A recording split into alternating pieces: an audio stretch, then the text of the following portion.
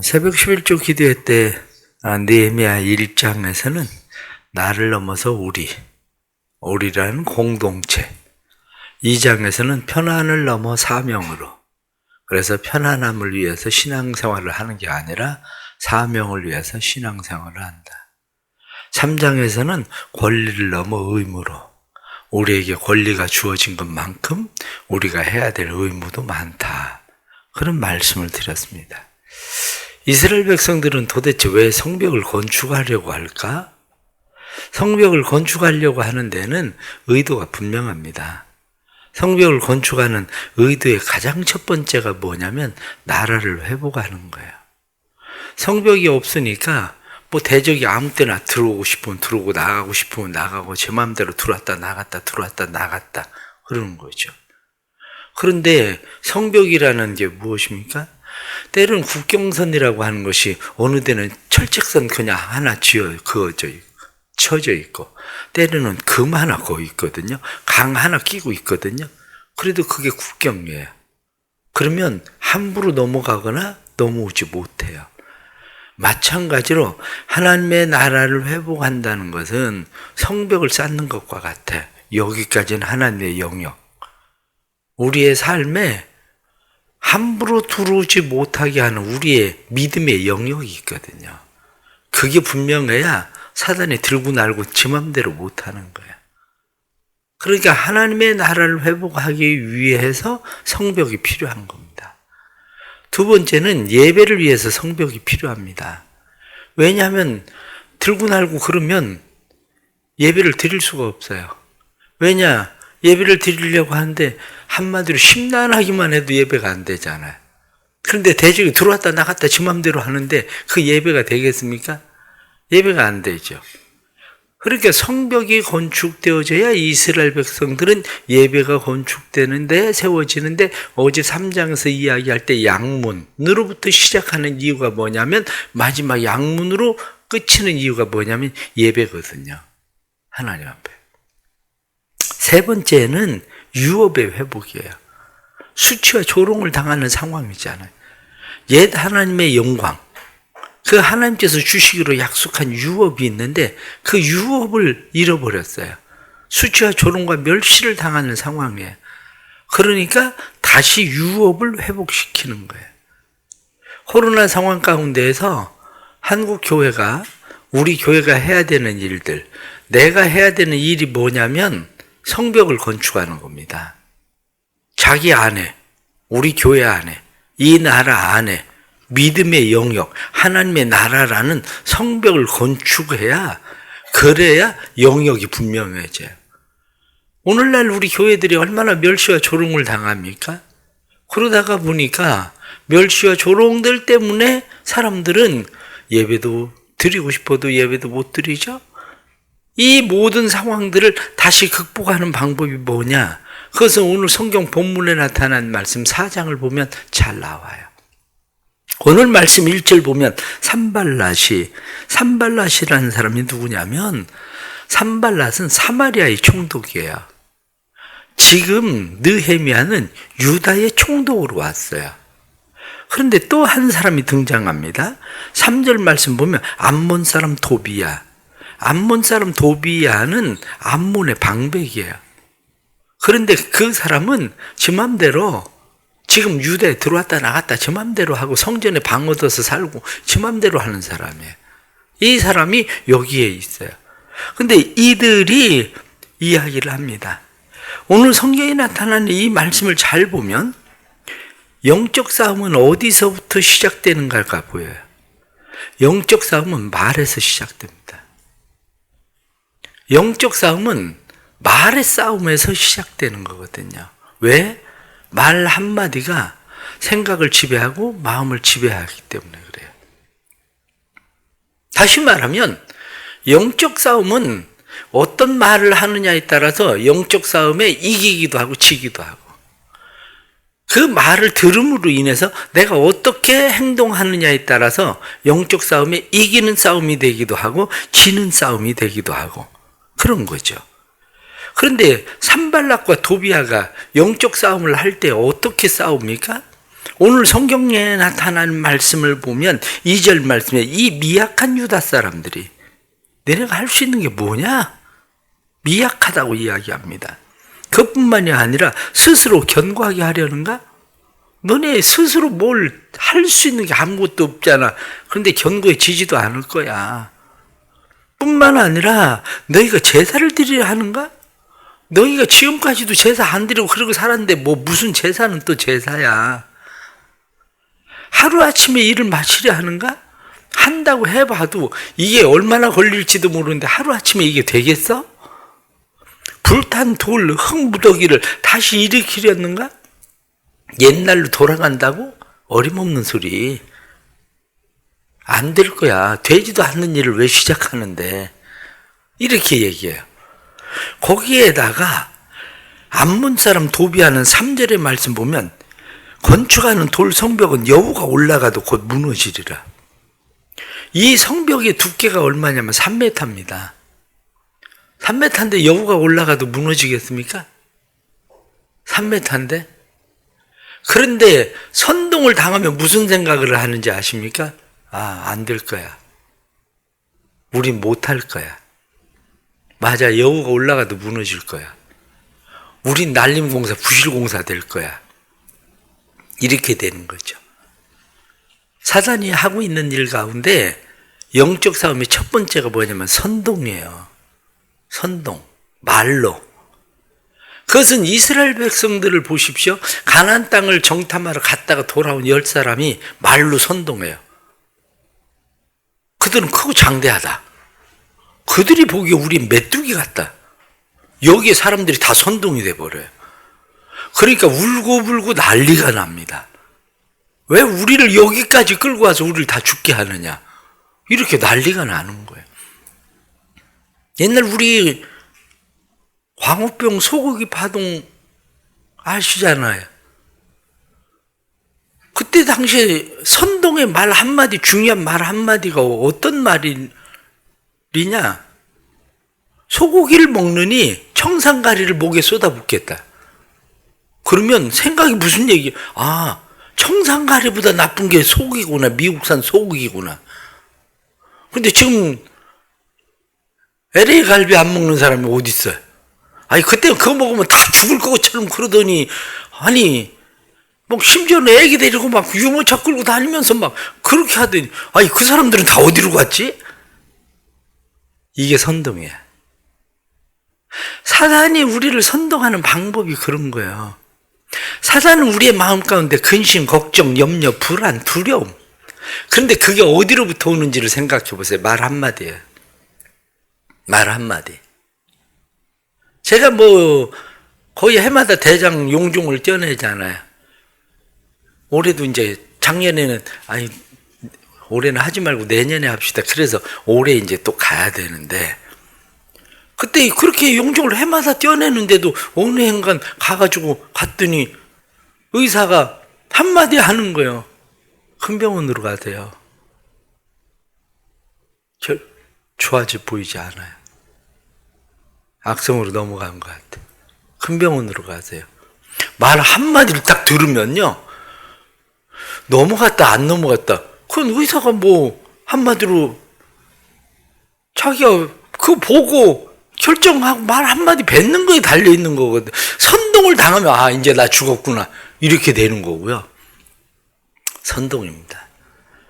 사랑하는 성도 여러분, 살아가면서 우리는 어떻습니까?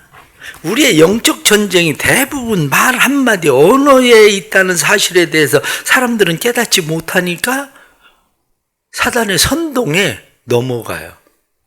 죽을 거야. 그럼 죽을 것 같고요. 안 될 거야. 그럼 안 될 것 같고. 사단은 우리에게 끊임없이 내뱉는 선동으로 우리의 생각을 지배하고 우리의 마음을 지배해요. 그래서 종종 사람들을 이렇게 보십시오. 선동을 당하는 사람들을 보면 특징이 있어요. 오늘 선동을 당하는 사람들의 특징들을 보면 귀가 얇아요. 왜 귀가 얇으냐면 믿음이 없어서 그래요. 믿음이 견고한 사람들은 귀가 얇지 않아요. 그런데 믿음이 없는 사람들은 귀가 얇아서 사단의 소리, 다른 사람의 소리를 쉽게 들어요. 그런데 그런 사람들 가운데 또 한 사람이 있는데 12절 말씀 보면 그 원수들의 근처에 거주하는 유다 사람들은 그 각처에서 와서 10번이나 우리에게 말하기를 너희가 우리에게로 와야 하리라 하기로. 원수의 근처에 있는 사람들. 그래서 신앙생활을 해도 내 곁에 누가 있나 조심해야 돼요. 내 곁에 선동하는 사람들 곁에 있으면요, 항상 넘어갑니다. 사단의 선동을 잘하는 사람, 무엇을 막 극단적으로 얘기하는 사람, 무엇을 얘기하면 항상 안 된다고 부정적으로 얘기하는 사람, 그런 사람들 곁에 있으면 항상 선동을 당합니다. 그러니까 그들 곁에 가까이 말씀에 나타난 것처럼 원수들의 근처에 거주하는 사람들, 교회에서도 원수의 근처에 거주하지 마십시오. 원수가 누구냐? 원수는 하나님의 일을 방해하는 사람. 간단해. 원수에 대해서 오늘 성경은 쉽게 뭐라고 이야기하느냐? 4장 1절 말씀 보면 산발랏이 우리가 성을 건축한다 함을 듣고 크게 분노하여, 말씀에 나타나는 것을 보면 크게 분노하여, 7절에도 나타난 말씀을 보면 하반절에 심히 분노하여, 산발랏, 도비아, 아라비아 사람, 암몬 사람, 아스돗 사람, 하나님의 성벽이 건축된다는데 분노했다는 거예요.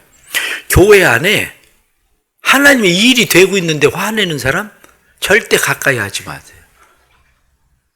왜 나 모르게 그 일을 했냐? 나도 모르게 언제 여전대가 그런 일을 했어? 나도 모르게 교회가 그거 했다고?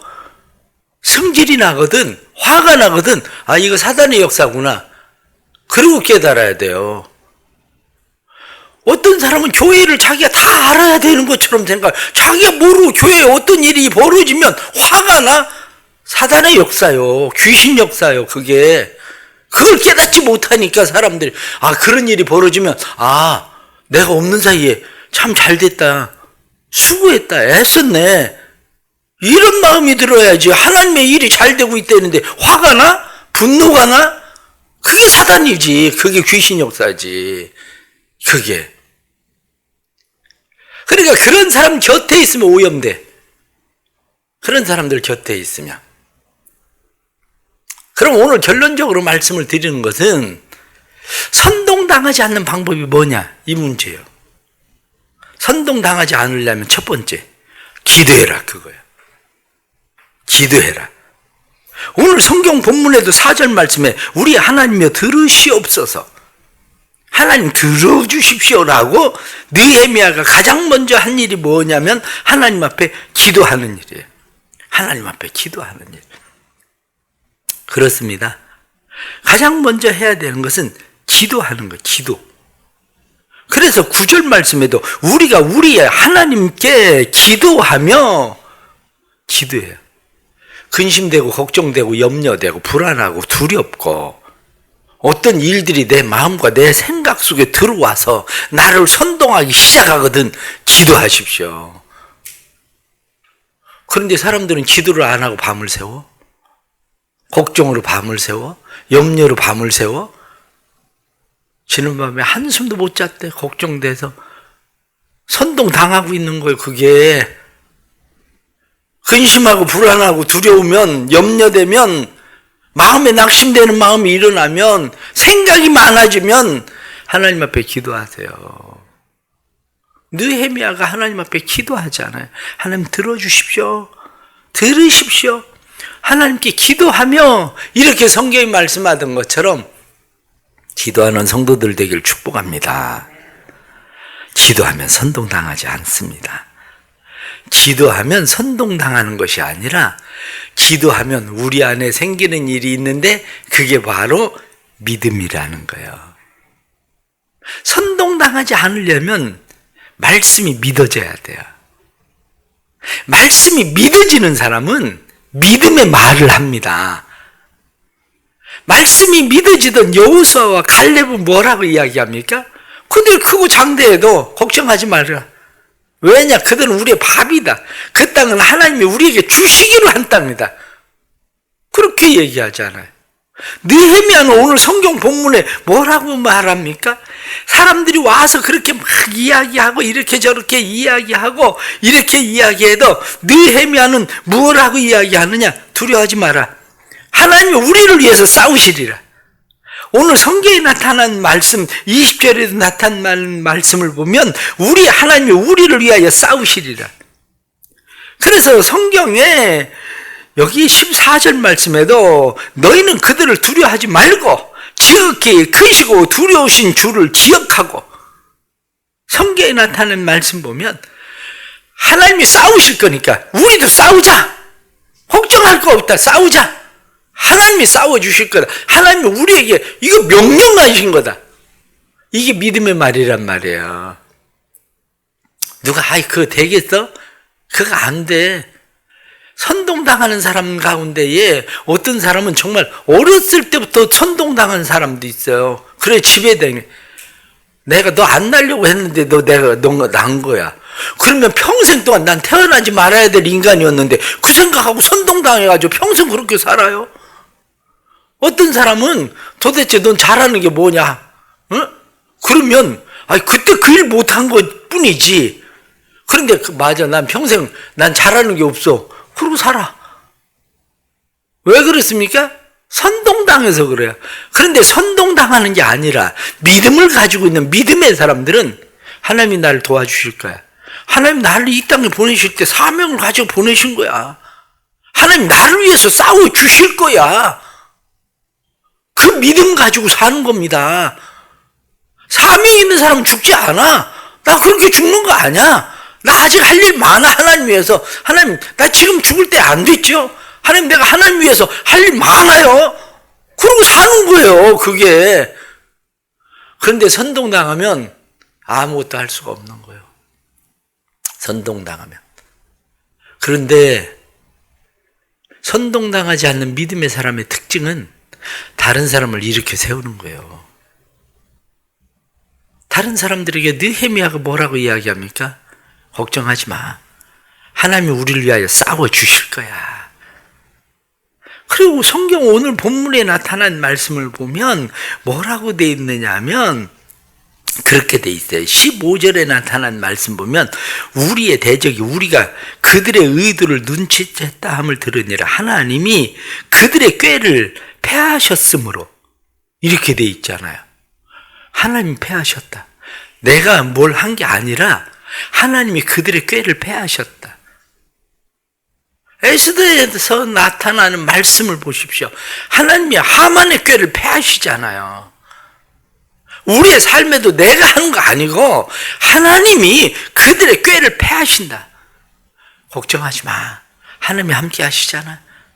하나님이 그들의 꾀를 패하실 거야. 하나님이 우리를 위해 싸워주실 거야. 걱정하지 마. 염려하지 마. 두려워하지 마. 하나님의 돕는 손이 있어. 하나님의 방법이 있어. 하나님의 때가 있어. 하나님의 뜻이 있어. 이게 바로 믿음의 사람이 하는 말이라고요. 그래서 믿음의 언어를 하십시오. 믿음의 말을 들으십시오. 하나님 앞에 기도하고 믿음의 말을 하고 믿음의 언어를 듣고 하나님의 말씀을 확신하십시오. 그게 선동당하지 않는 방법입니다. 그럼 나는 아무것도 하지 않고 그냥 가만히 있으면 되냐? 그렇지가 않아요. 오늘 느헤미야를 보니까 성경에 나타난 말씀에 그렇게 되어 있습니다. 사람들이 여기 성경 말씀에 이 16절 말씀 그때로부터 내 수하 사람들의 절반은 일하고 절반은 갑옷을 입고 창과 방패와 활을 가졌고 성경에 나타나는 말씀 절반은 일을 하고 절반은 방비를 하고 심지어는 짐을 나르는 사람에 대해서도 짐을 나를 때에 한 손으로는 일하고 한 손으로는 무기를 잡고 신앙생활을 하면서 우리가 해야 되는 두 가지 영역에 잘 해야 되는 일입니다. 나는 걱정하지 않고 염려하지 않고 두려워하지 않고 아무것도 하지 않아도 돼. 이렇게 생각하는 게 아니라 성벽은 누가 쌉니까? 하나님이 천사들 데려다가 쌓아주십니까? 아니에요. 하나님이 천사들 데려다 쌓아주시는 게 아니라 하나님께서 하나님의 백성들을 통해서 성벽 쌓아요. 그런데 전신갑주를 입어라 이렇게 말씀하는 것처럼 영적 전신갑주를 입고 믿음의 선한 싸움을 싸워라 성경에 말씀한 것처럼 우리는 일하는 거에 싸우는 거예요. 그게 하나님 나 위해서 내 대신 내일 시험 보는데 공부해 주시나요? 난 잠만 자고 있어도 하나님이 공부해 주셔서 뭐 내일 시험 잘 보게 하나요? 그렇지 않아요. 난 약도 안 먹고 병원에 안 가도 하나님이 뭐 수술을 해 주시나요? 해 주시기도 하겠지만 내가 공부 안 해도 잘하기도 하겠지만 하나님이 너 그래 밤에 방비하고 잠자지 않고 방비하고 낮에 일하고 이스라엘 백성들이 그러던 것처럼 너 그래도 공부해야 돼. 그럼 공부해야 돼요. 너 걱정하지 마. 염려하지 마. 내가 의사의 손길을 통해서 일할 거야. 괜찮아. 너 염려하지 마. 그 사업 내가 돕는 사람 붙여줄 거야. 그런데 네가 대신 열심히 해야 돼. 이게 바로 우리가 해야 되는 방비하고 건축해라. 그거예요. 신앙생활에 이걸 잘 분별하지 못하면 믿음으로 산다는 사람은 열심히 믿음은 있어요. 믿음의 말은 해. 그런데 때로는 하는 게 아무것도 없어. 하나님이 천사들을 데려다가 성을 쌓아줄 때까지 기다려. 오늘 주시는 말씀 잘 기억하시고 결론적으로 말씀드리면 사단의 언어에 선동되지 마십시오. 사단의 언어에 선동되기 시작하면 흔들립니다. 더 이상 할 수 없을 것 같아요.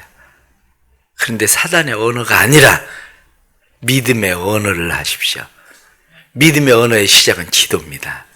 하나님께 기도하는 거. 그리고 하나님의 말씀을 믿고 그 말씀을 선포하는 겁니다. 그 말씀대로 되리라고 말하는 겁니다.